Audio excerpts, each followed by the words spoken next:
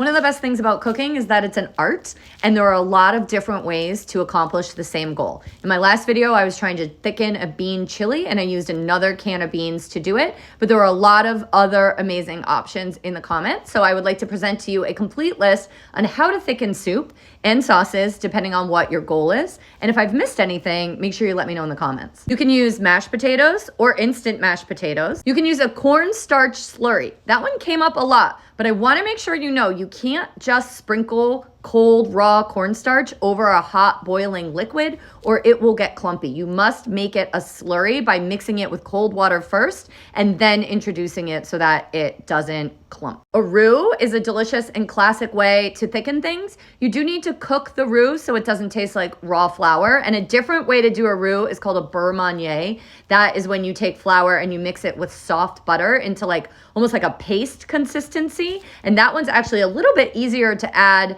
than a roux after the soup is already cooked. A roux I would technically do at the beginning most of the time. Some people might have exceptions to that, but that's kind of how I think about those two. An awesome example is to blend some of it, especially with a bean or a potato or something starchy. You can easily blend it. That will thicken it. That's amazing. I did not do that in my soup because I just didn't feel like it in that video. Some people said add flour. I was a little confused about that one. I would also never just sprinkle raw flour over the top of something. It clumps, and I don't know. I honestly don't even know if that one works. That was my biggest question. I would always do a roux or a beurre manier so that you're adding fat to the flour because I think that thickens better and tastes better. Beans and juice is what I did. Tomato paste was an excellent solution, especially because I was making a chili that already had tomato, but I didn't have any tomato paste, so I didn't do that. Egg yolks, this is an awesome thickener. I think of egg yolks specifically in Italian, Greek, and Chinese cuisine for thickening. There could be others. I'd love to hear what you use egg yolks to thicken. Just straight butter. This is specifically like a sauce. Maybe you have a sauce you want to thicken up. Butter can actually kind of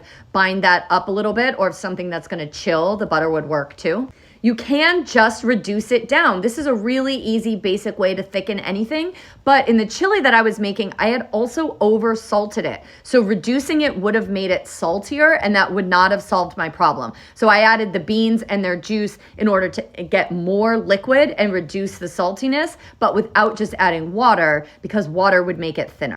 For my gluten-free folk, there are arrowroot powder, rice flour, tapioca, cornmeal, all different types of gluten-free alternative flours. And then, of course, you could cook pasta or rice in the dish if you were willing to have that as part of the final dish.